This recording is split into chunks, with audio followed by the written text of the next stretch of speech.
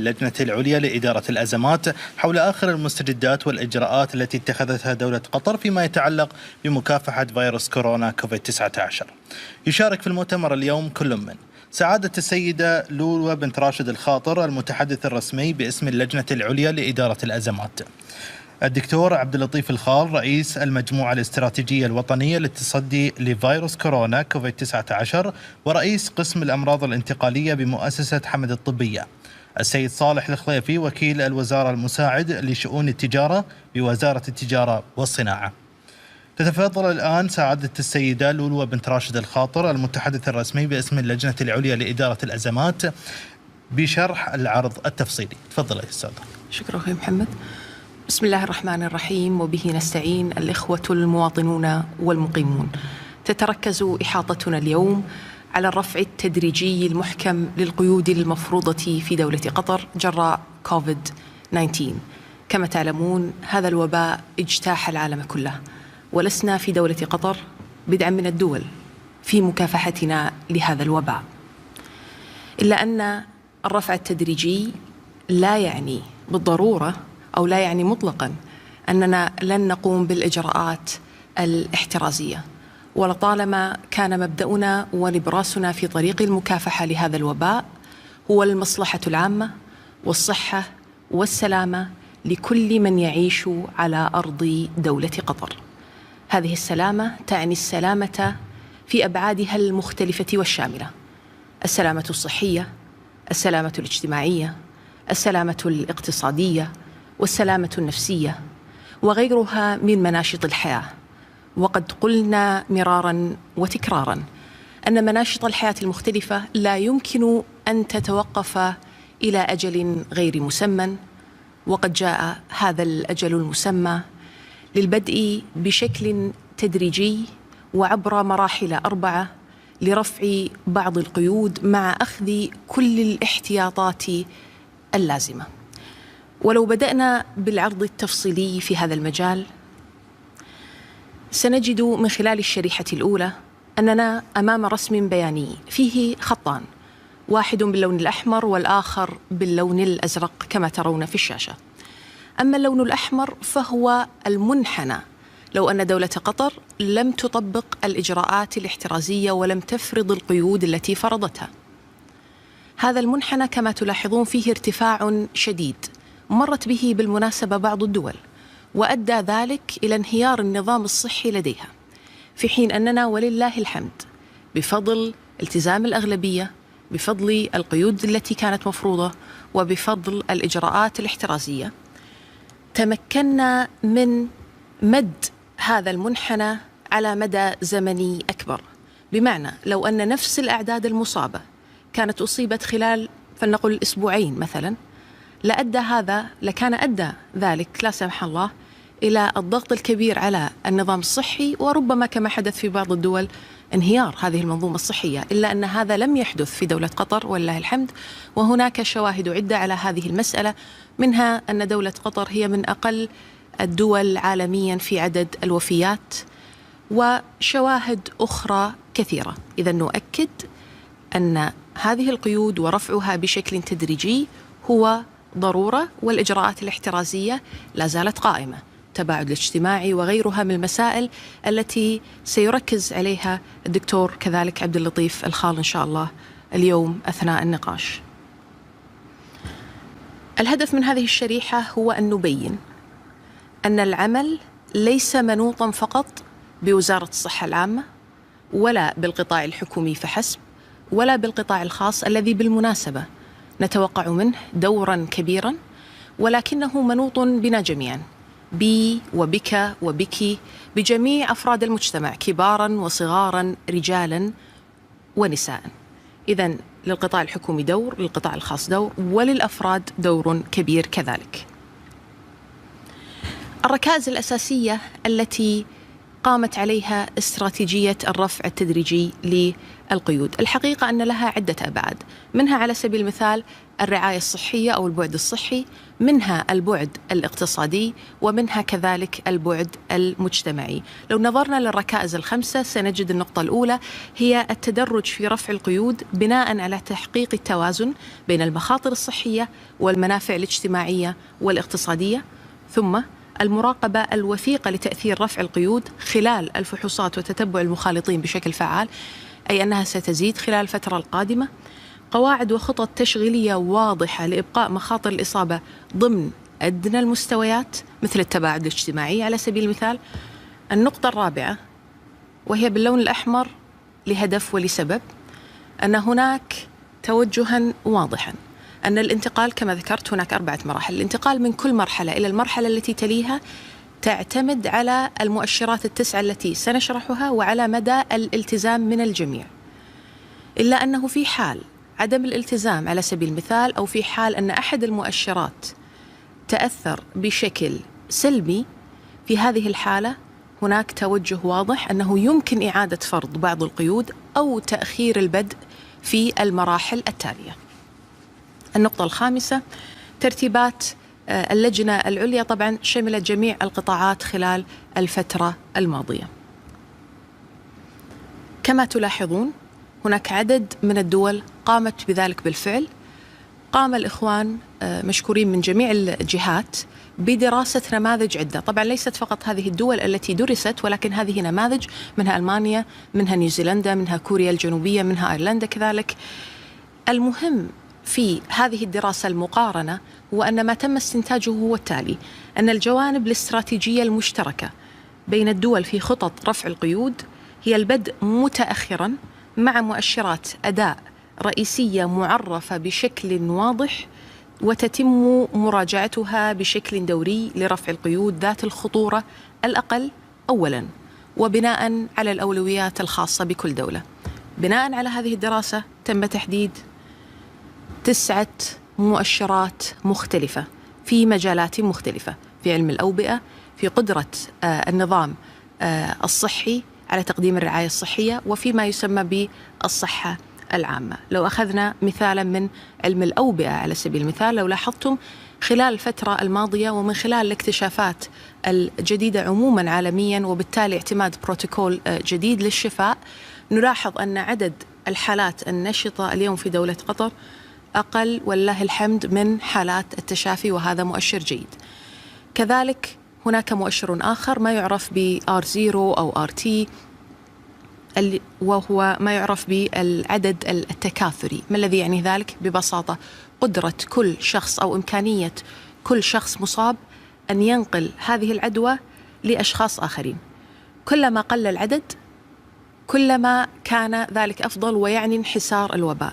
بمعنى لو أن كل 10 أشخاص سينقلون ذلك الوباء إلى 5، فهذا يعني أن الوباء في انحسار.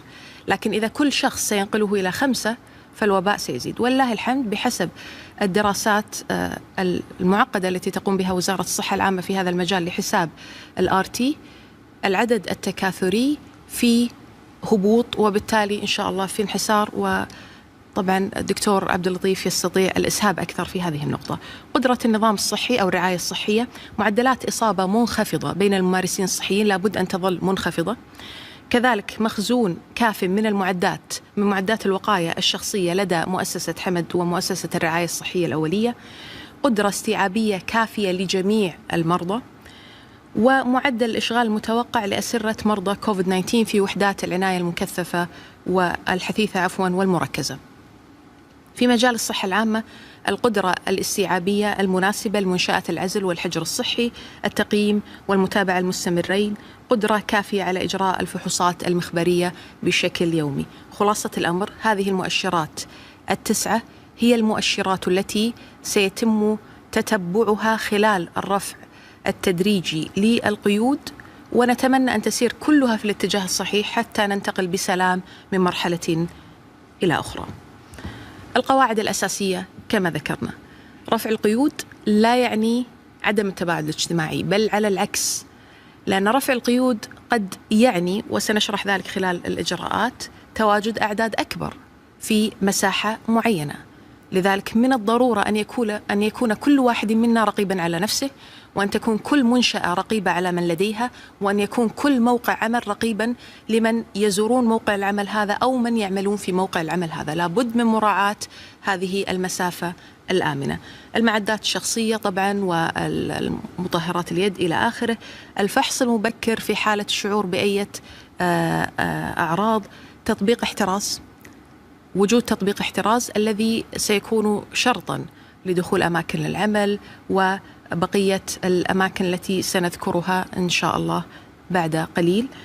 والفئات غير المحصنة نؤكد مرة أخرى خصوصا في المرحلة الأولى والمرحلة الثانية من رفع القيود، لا ننصح بتاتا للفئة غير المحصنة من كبار السن، من المصابين بالأمراض المزمنة، وحتى الأطفال لا ننصحهم بتاتا بالخروج. وبشكل عام الخروج لابد أن يكون مقيدا بالضرورة. دليل الإجراءات الاحترازية بإذن الله سيتم توزيع هذا العرض ويمكنكم الاطلاع عليه بشكل تفصيلي أكبر، لكن لابد من مراعاة هذه الأبعاد جميعا. طبعا عملية دراسة المسألة مرت بمراحل عدة: الخطة الرئيسية، البطاقات الخاصة بكل قيد، أمثلة من تجارب الدول المختلفة وعرضنا بعضها، وأخيرا الخطط التفصيلية مع كل وزارة ومؤسسة من مؤسسات الدولة. الآن هذه الخطة التي ربما طال انتظارها من قبل الكثيرين هي تنقسم إلى مراحل 4. المرحلة الأولى 15 يونيو بإذن الله، أي بعد أسبوع من الآن، ثم المرحلة الثانية 1 من يوليو، ثم المرحلة الثالثة 1 من أغسطس، فالمرحلة الرابعة 1 من سبتمبر. هناك مجموعة من المؤشرات والحيثيات التي لا بد من مراعاتها: تحقيق مؤشرات الأداء الرئيسية 9 للصحة للانتقال من كل مرحلة إلى المرحلة الثانية، وكذلك إمكانية تأجيل الانتقال من مرحلة إلى مرحلة أخرى في حال لم تسر كل المؤشرات في الاتجاه الصحيح. التفاصيل: لو بدأنا في المرحلة الأولى والله الحمد سيبدأ الفتح التدريجي للمساجد مع الأخذ بعين الاعتبار كل الإجراءات الاحترازية، وبدأت وزارة الأوقاف والشؤون الإسلامية مشكورة بهذه الإجراءات بالفعل في عدد من المساجد، وستتم توسعة قاعدة المساجد وعددها إن شاء الله من مرحلة إلى مرحلة أخرى. المرحلة الثانية زيادة العدد، الثالثة زيادة العدد مع إضافة صلاة الجمعة في عدد من المساجد، ثم في المرحلة الأخيرة بإذن الله الفتح الكامل لكافة المساجد وصلوات الجمعة مع الأخذ بعين الاعتبار كل الإجراءات الاحترازية. مرة أخرى نؤكد: كبار السن والمصابون بالأمراض المزمنة قدر المستطاع لا ينصح، خصوصا في المراحل الأولى والثانية حتى يتم تقييم المسألة، لا ينصح بخروجهم في هذه المراحل. فيما يتعلق بالتجمعات بشكل عام، في المرحلة الثانية سيسمح بالتجمعات ل10 أشخاص وأقل من 10 أشخاص في المجالس الخاصة والأماكن العامة، ولكن هذا أيضا مشروط بالمسافة الاجتماعية المقبولة. في المرحلة الثالثة 40 شخص فأقل مسموح بذلك. ثم المرحلة الرابعة التجمعات بشكل عام مثل قاعات الأفراح وغيرها، ولكن هذه أيضا ستكون مشروطة في وقتها بسعة معينة بحسب ما تقدره الجهات المعنية آنذاك ومع كافة الإجراءات الاحترازية. ثم في مجال التجمعات هناك التجمعات الخاصة بالأعمال والمعارض وغيرها، والتجمعات الترفيهية والمسارح ودور السينما، كلها مرتبطة بالشروط الموجودة آنذاك بحسب المعطيات. طبعا نحن نتكلم عن سبتمبر في هذه الحالة، ولذلك من الصعب تقدير هذه المسألة الآن، لكن السعة الاستيعابية وكل هذه المسائل ستقدر في حينها من الجهات المعنية. في قطاع المواصلات القوارب الشخصية في المرحلة الأولى، في المرحلة الثانية السفن واليخوت المؤجرة للعائلات، ولكن 10 أشخاص فأقل وللأسر نفسها، طبعا هذه مشروطة بتطبيق احتراز وغيرها من المسائل. المرحلة الرابعة ما يعرف بقوارب النزهة. في المواصلات كذلك، وهذه نقطة مهمة لابد من التفصيل فيها قليلا: الرحلات إلى خارج الدوحة للضرورة القصوى وسيخضع كل من يعود للدوحة إلى حجر فندقي على حسابه الخاص أو حجر في أحد المحاجر المخصصة من قبل وزارة الصحة على حساب الشخص الخاص لمدة 2 أسبوع كاملين، بمعنى أنه سيسمح لمن هو في دولة قطر بالسفر لخارج دولة قطر، ولكن هذا الأمر لا ينصح به، ويفترض أن يكون في حالات الضرورة القصوى، وفي حال سافر الشخص فعندما يعود لا بد أن يكون مدركا بأنه سيحجر لمدة 2 أسبوع ليس في المنزل. خيار الحجر المنزلي في هذه الحالة ليس متاحا، سيحجر في أحد المحاجر الصحية الفنادق بشكل أدق وعلى حسابه الخاص. في المرحلة الثالثة الرحلات الجوية القادمة من الدول ذات الخطورة المنخفضة للمسافرين ذوي الأولوية كحاملي الإقامة، بمعنى أن المقيمين، وندرك أن كثيرا منهم مشكورين صبروا هذه الفترة، سيفتح لهم المجال بإذن الله في أول أغسطس، ولكن بشكل تدريجي وحسب معطيات معينة، حتى فقط لا نشكل ضغطا كبيرا على القطاع الصحي لدينا بداية من أغسطس. وطبعا سيخضعون للحجر الصحي لمدة 2 أسبوع كذلك. والتفاصيل، بقية التفاصيل إن شاء الله سيعلن عنها خلال الأيام والأسابيع القادمة فيما يتعلق بكيفية الحجز ومن أي الدول وغيرها من التفاصيل. وستكون طبعا هناك الأولوية بطريقة معينة، هناك على سبيل المثال طلبة وأسر وغيرهم. وفي المرحلة الرابعة توسعة نطاق الرحلات الجوية وفقا لإرشادات وزارة الصحة العامة. فيما يتعلق بمدارس تعليم القيادة في المرحلة الثالثة، فيما يتعلق بالخدمات المحدودة للنقل كالمترو والحافلات لن تكون إلا في المرحلة الرابعة. المساحات الخارجية والرياضات الاحترافية في المرحلة الأولى حدائق محدودة لممارسة الرياضة. في هذه المرحلة فقط لن يسمح للأطفال دون سن 12 سنة بدخول هذه الحدائق، فقط في المرحلة الأولى. إن شاء الله يسمح بدخولهم من المرحلة الثانية، ويشمل ذلك جميع الحدائق والشواطئ والكورنيش ستفتح كلها بالكامل. المرحلة الثالثة مساحات اللعب وساحات التزلج. والمرحلة الرابعة المخيمات والنوادي الصيفية والأنشطة الثقافية.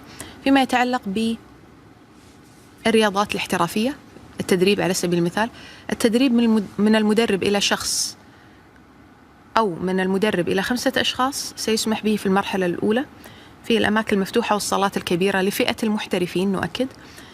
ثم لأقل من 10 أشخاص في المرحلة الثانية التدريب في الأماكن المفتوحة والصالات الكبيرة لفئة المحترفين مجموعات صغيرة. ثم أقل من 40 شخص تدريبات الفرق ورياضات الهواة ومنافسات الفرق بدون جمهور في المرحلة الثالثة بدون جمهور. طبعا المرحلة الثالثة للتذكير من أغسطس إلى نهاية الشهر، والمرحلة الرابعة تبدأ من سبتمبر. في المرحلة الرابعة التجمعات الرياضية كالمنافسات المحلية والدولية مع حضور جماهيري يحدد في ذلك الوقت بحسب الإجراءات الاحترازية طبعا، وفئات سنية معينة ستحدد حينها. في قطاع الصحة والتعليم تبدأ العيادات الخاصة إن شاء الله في المرحلة الأولى بسعة 40%، فتح محدود لمنشآت الرعاية الصحية واستمرار تقديم خدمات طوارئ، يستثنى من ذلك الخدمات المنزلية. إذن ستبدأ بطاقة استيعابية 40%، نتكلم عن العيادات الخاصة والمنشآت الصحية الخاصة. ثم في المرحلة الثانية سترفع الطاقة الاستيعابية ل 60%، ثم الثالثة ترفع إلى 80%، ثم في المرحلة الرابعة ترفع إلى 100%، بالإضافة إلى الخدمات المنزلية كذلك ستكون متوفرة في تلك المرحلة.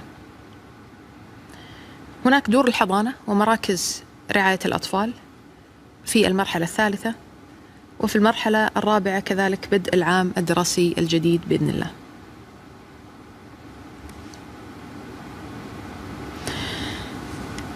فيما يتعلق بقطاع الأعمال والترفيه في المرحلة الأولى افتتاح جزئي لبعض المحلات في مراكز التسوق ما يعرف بالمولات. على أن لا تقل مساحة المحل الواحد عن 300 متر، ولا تتجاوز الطاقة الاستيعابية للمجمع 30%. طبعا هناك إجراءات معينة سيتحدث عنها زميل الأخ صالح تم ترتيبها مع تلك المجمعات التجارية والمولات لحساب عدد الأشخاص الذين يدخلون هذا المجمع ويخرجون منه، بحيث في المرحلة الأولى لا يتجاوز العدد 30% من الطاقة الاستيعابية.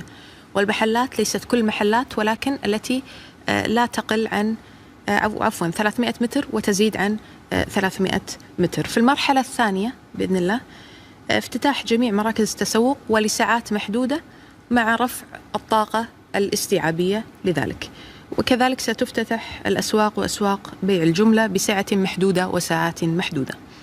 المرحلة الثالثة الافتتاح الكامل لمراكز التسوق، عدم تحديد الساعات وبطاقة استيعابية كاملة، والأسواق وأسواق بيع الجملة بسعة محدودة وساعات محدودة. وفي المرحلة الرابعة الافتتاح الكامل لجميع هذه الأسواق. ومرة أخرى نؤكد أن هذه مسألة مرتبطة بمدى الالتزام وبالمؤشرات المختلفة، ونتوقع من جميع هذه المحلات والمجمعات التجارية الالتزام الكامل، كما نتوقع من روادها كذلك الالتزام الكامل. فيما يتعلق بقطاع المطاعم، الافتتاح بإذن الله المحدود والجزئي سيبدأ في المرحلة الثانية وبسعة محددة، وإن شاء الله زملاء اليوم سيتحدثون أكثر عن هذه السعة لكل شخص حوالي 9 متر مربع، وإن شاء الله يشرحون هذه المسألة بتفصيل أكبر. وهذا يعني أنه متر ونصف حوالين الشخص، يعني أمام الشخص وراء الشخص وعن يمينه وعن شماله بشكل تقديري. ثم في المرحلة الثالثة افتتاح محدود للمطاعم مع زيادة نسبة الإشغال تدريجيا. والمرحلة الرابعة استكمال الافتتاح التدريجي يعني بشكل كامل لجميع المطاعم. أيضا في نفس القطاع المتاحف والمكتبات بسعة محدودة وساعات محدودة في المرحلة الثانية. ثم في المرحلة الرابعة الافتتاح الكلي للمتاحف والمكتبات. أما فيما يتعلق بالنوادي الصحية وصالات اللياقة البدنية وبرك السباحة والصالونات النسائية والرجالية، إن شاء الله تبدأ في المرحلة الثالثة باستثناء خدمات المنزل وبطاقة استيعابية 50%، ثم تنتقل في المرحلة الرابعة إلى طاقة استيعابية تصل إلى 100%. ومرة أخرى جميع الإجراءات الاحترازية لابد أن تطبق. استكمالا أيضا لقطاع الأعمال والترفيه، نتحدث عن افتتاح محدود لمراكز التدريب الخاصة في المرحلة الثالثة. أما المرحلة الرابعة فسيكون فيها افتتاح كلي لمراكز التدريب الخاصة وخدمات النظافة والضيافة كذلك ستبدأ في المرحلة الرابعة. أما فيما يتعلق بقطاع العمل الموظفون، فحاليا نحن نتكلم عن 20% من طاقة العمل في المؤسسات المختلفة. إن شاء الله في المرحلة الثانية ستكون 50%، وفي المرحلة الثالثة 80%، وفي المرحلة الرابعة 100%. طبعا لابد من مراعاة كافة الإجراءات الاحترازية، وهذه مسؤولية أرباب العمل أو المؤسسات أو الوزارات، توفير كافة الإجراءات، منها المسافة الاجتماعية المناسبة، منها توافر المطهرات، منها قياس درجة الحرارة للموظفين عند دخولهم، منها التأكد من وجود تطبيق احتراز لدى كل من الموظفين. وبهذه الطريقة نكون يعني غطينا معظم التفاصيل المتعلقة بالمراحل المختلفة. وأترك المجال لك أستاذ محمد. شكرا لسعادة المتحدث الرسمي على هذا الشرح. نبدأ معكم بالأسئلة. السؤال الأول موجه إلى المتحدث الرسمي، موجه من تلفزيون قطر. إذا سافر أشخاص في هذه الفترة هل يستطيعون اختيار الحجر المنزلي عند العودة أو ليس هناك اختيار في هذه؟ شكرا على هذا السؤال. ربما كما ذكرت لن يكون هذا الخيار متاحا. من يسافرون الآن عندما يرجعون أو يعودون إلى الدوحة فلن يكون أمامهم خيار الحجر المنزلي، سيكون إلزاما عليهم أو لزاما عليهم أن يذهبوا للحجر الفندقي، وسيكون ذلك على حسابهم الخاص كذلك. نعم. السؤال موجه إلى وزارة الصحة من صحيفة الراية: هل بدء رفع القيود التدريجي يعني انحسار المرض؟ وما هي أهم الإجراءات التي يجب تطبيقها من قبل الأفراد؟ بسم الله الرحمن الرحيم. الشروع في الرفع التدريجي للقيود معناها أن هناك انحسار جزئي للوباء في دولة قطر، وهذا هو النمط المتبع في كافة دول العالم. لا تبدأ الدول بتخفيف القيود المفروضة حتى يشهد الوباء في تلك الدولة انحسار جزئي، وحتى يصل عامل تكاثر الفيروس أو عامل انتشار الفيروس كما ذكرت سعادة المتحدث الرسمي، حتى يصل العدد إلى أقل من 1، أي أن كل شخص يعدي أقل من شخص، أو كل 10 أشخاص ينقلون العدوى إلى أقل من 10 أشخاص آخرين. ولله الحمد نحن في دولة قطر، وذلك بسبب الإجراءات والقيود اللي تم تطبيقها والاحترازات والتزام الجمهور بهذه الاحترازات، قل عامل انتشار الفيروس في دولة قطر وأصبح أقل من 1. وعند بدء الرفع التدريجي للقيود في الأسبوع القادم إن شاء الله سيكون معدل انتشار الفيروس معدل مقبول بحيث يسمح بعملية الرفع التدريجي للقيود. لكن أحب أن أذكر الجميع أن لم نصل إلى هذا المستوى من الانحسار في انتشار الفيروس إلا بسبب التزام جميع أفراد المجتمع بالاحترازات والإجراءات الضرورية، واللي تفضلت الأخت لؤلؤة بذكرها عدة مرات، ألا وهي المحافظة على البعد الاجتماعي، ترك مسافة آمنة بين الشخص والشخص الآخر لا تقل عن 1.5 متر، تفضل تكون مسافة 2 متر حتى لو كان الإنسان لابس القناع، المحافظة على غسيل اليدين، عدم الخروج والاختلاط إلا للضرورة، وأيضا استخدام برنامج احتراز لأنه له دور كبير في وقاية الأفراد من التعرض للفيروس. إذا لم يتم تطبيق هذه الإجراءات بشكل يومي وروتيني في حياة الناس في المجتمع، فإن الانحسار الفيروس الذي تم تحقيقه قد يتراجع، وقد يبدأ الفيروس بالانتشار مرة أخرى داخل الدولة، وقد يؤدي ذلك إلى عودة عامل تكاثر الفيروس إلى أكثر من 1، مما يعني أنه سوف يصبح من الصعب أو من المستحيل التقدم من مرحلة إلى مرحلة أخرى فيما يتعلق بالرفع التدريجي للحظر. فنعم، يعني هناك انحسار وانحسار محدود، ونتأمل إن شاء الله أن يكون هناك انحسار أكثر إذا التزموا الناس حتى بعد رفع القيود التزموا بالإجراءات والاحترازات الوقائية اللازمة. نعم دكتور، سؤال آخر من صحيفة الوطن: هل يستطيع أصحاب الأمراض المزمنة الذهاب للمساجد والمجمعات بشكل طبيعي؟ في الوقت الحالي لا ننصح أبدا من الناحية الطبية أن الناس من المصابين بأمراض مزمنة، وأهمها أمراض القلب والسكري، وبالذات اللي عندهم السكري غير خاضع للسيطرة الجيدة، والمصابين أيضا بارتفاع الضغط، ومن لديهم أمراض مزمنة في الرئتين، والمرضى من يتناولون الأدوية المثبطة للمناعة، والمرضى اللي يتعالجون عن السرطان، والمرضى اللي عندهم زراعة أعضاء، ومن يعني في حكمهم من المرضى اللي عندهم أمراض مزمنة تستدعي الزيارة المتكررة للمستشفى.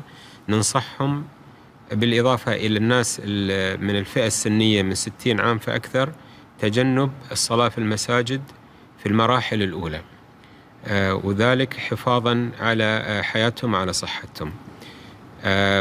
فيما يتعلق بزيارة المولات فأيضا هناك مخاطرة، المولات والأماكن التجارية اللي قد يكون فيها ازدحام، فهناك يعني في كل مرة يتم زيارة هذه الأماكن يكون في مخاطرة على فيما يتعلق بالتعرض للفيروس.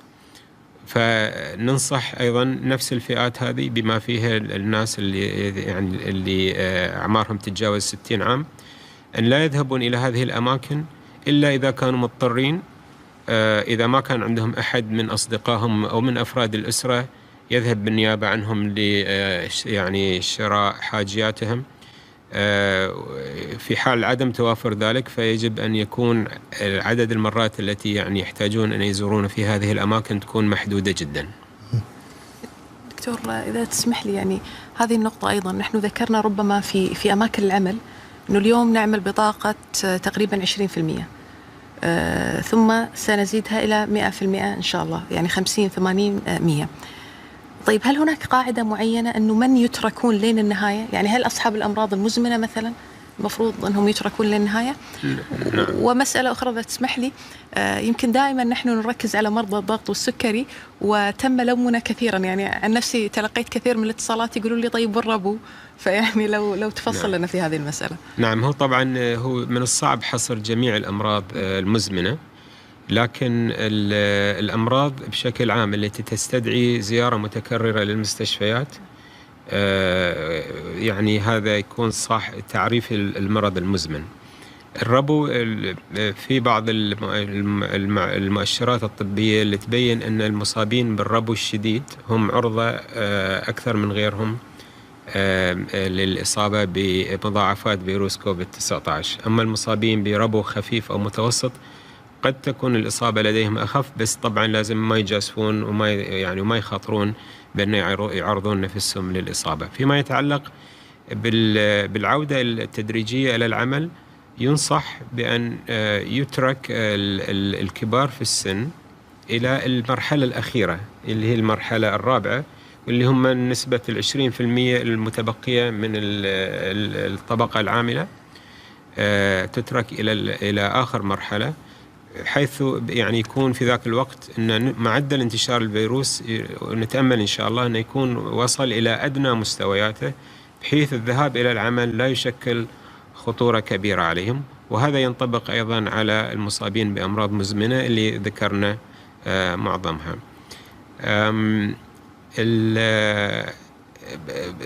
بس احنا يعني انخفاض المعدل انتشار الفيروس في المجتمع على حسب الدراسات الوبائية في دولة قطر سوف يستمر في الانحسار فيما التزم الناس والتزم الجمهور والتزم المجتمع بجميع الشروط التي تم ذكرها آنفا، بما فيها مساحة 9 أمتار مربعة لكل شخص، سواء كان في المسجد أو سواء كان في المول أو سواء كان في مكان العمل.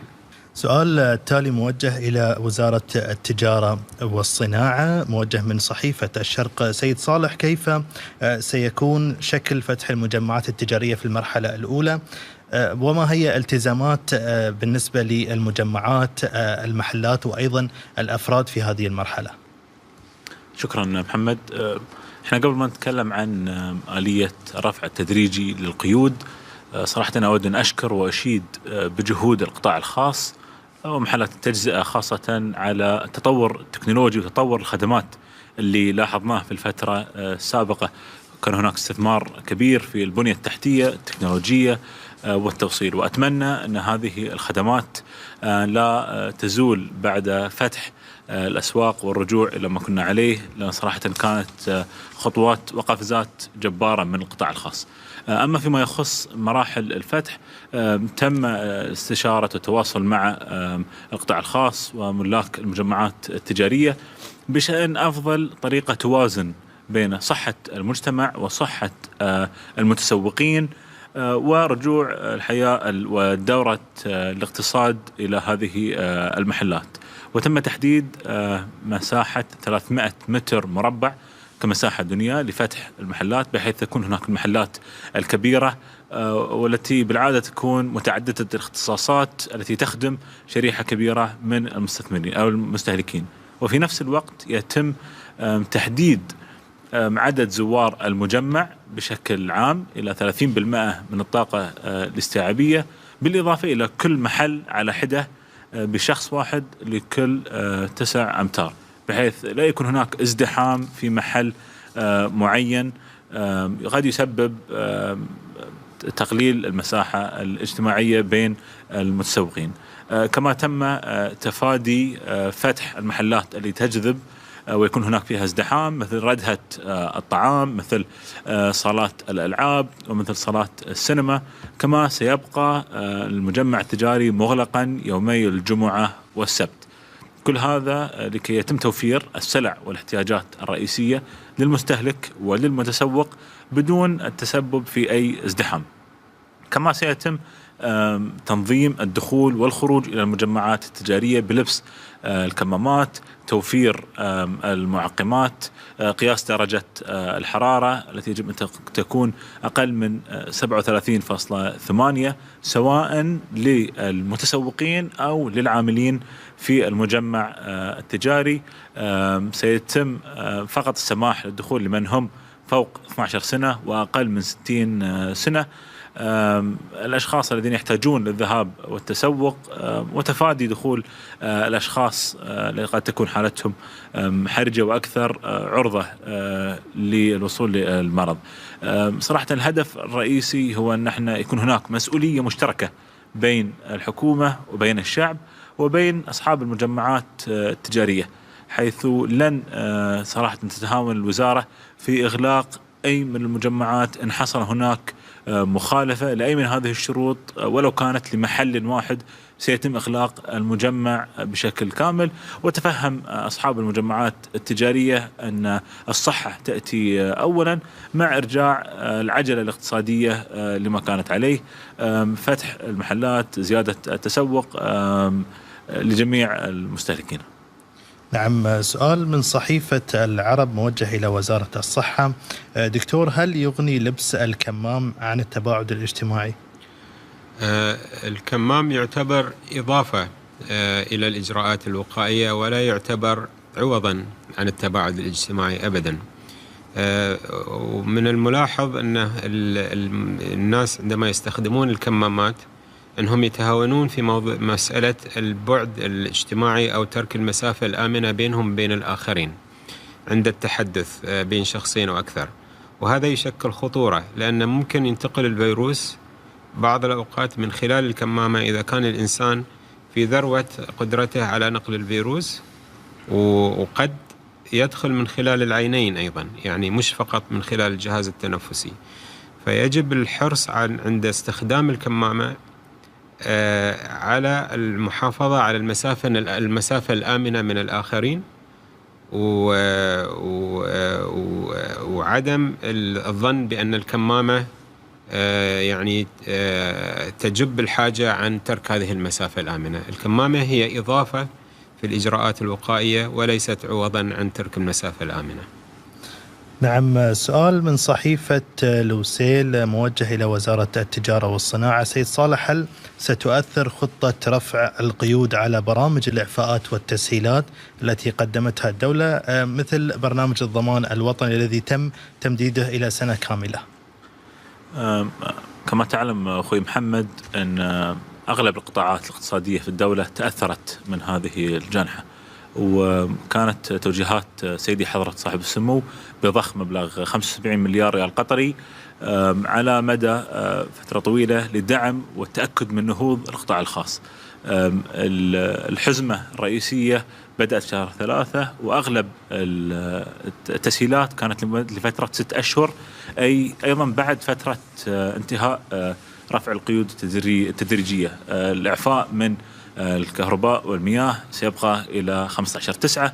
برنامج الضمان الوطني مدته سنة، أي إلى سنة 2021. الإعفاء من رسوم المناطق الصناعية واللوجستية مدته أيضا بعد فترة الرفع التدريجي.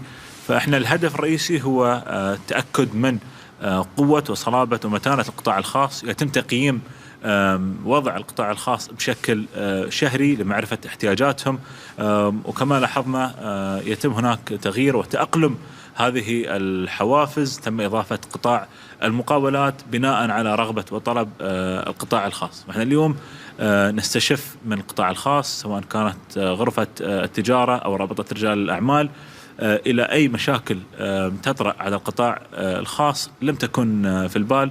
صراحة هذه الجائحة جديدة على العالم ككل، والتوجيهات كانت واضحة بأن يتم تذليل الصعاب وتوفير جميع أوجه التيسير إلى القطاع الخاص. نعم. إذاعة قطر تسأل وزارة الصحة العامة: هل تعني دكتور حالات الشفاء المرتفعة أننا تجاوزنا الذروة؟ نعم، نحن ولله الحمد يعني بدأنا في تجاوز الذروة كما ذكرنا آنفا، فإن معدل انتشار أو عامل انتشار الفيروس في دولة قطر أصبح أقل من 1، وهذا يعني أننا يعني نجحنا في إبطاء الوباء في الدولة وتسطيح المنحنى وتقليل عدد الإصابات بشكل كبير في مما كانت سوف تكون عليه لو لم يتم تطبيق هذه الإجراءات. لكن بس أبغى أكد أن ذروة الوباء قد تعود مرة ثانية إذا تراخى المجتمع في تطبيق الاحترازات. فعودة الفيروس أو عودة الوباء على الشدة اللي كان عليها من عدمه في النهاية يعتمد على التزام جميع أفراد المجتمع، الكبار والصغار فيهم، والأسر وأرباب العمل، بالإجراءات الوقائية التي سوف تكون جزء من الحياة الروتينية والنمط الحياتي اليومي لجميع أفراد المجتمع من الآن وحتى ظهور تطعيم فعال وآمن في المستقبل. ويجب أن يعني يكون هذا يعني نأخذه بعين الاعتبار دائما، أن الفيروس موجود في البلاد، وأن عنده القدرة أنه يرجع مرة ثانية كجائحة وكوباء سريع الانتشار إذا لم يلتزم الناس بالإجراءات. العدد الكبير للحالات الشفاء هذا مؤشر جيد جدا، ويدل فعلا أن يعني معدل الإصابات بدأ بالنزول، وفي نفس الوقت معدل التشافي بالتصاعد. سوف نصل إلى فترة إن شاء الله أن يكون عدد الإصابات قليل جدا، بحيث حتى أن عدد حالات الشفاء تكون قليلة، لأن خلاص يعني المصابين قل عددهم بشكل كبير إن شاء الله إذا ما نجحنا في الالتزام بالإجراءات الاحترازية. إن شاء الله. دكتور، سؤال أخير موجه من وكالة الأنباء القطرية: ماذا بالنسبة لموضوع الرعاية الصحية المنزلية؟ متى تبدأ وماذا تشمل؟ سوف يعود العمل بالرعاية الصحية المنزلية المقدمة من قبل القطاع الخاص في المرحلة الثالثة إن شاء الله، والتي يعني من المتوقع إن شاء الله أن تبدأ في شهر أغسطس، وهذا تشمل الرعاية الطبية في المنزل، الرعاية التمريضية الخاصة في المنزل، تشمل أيضا العلاج الطبيعي والعلاج النطقي كذلك، وما يأتي تحت حكمهم في المنازل. نعم.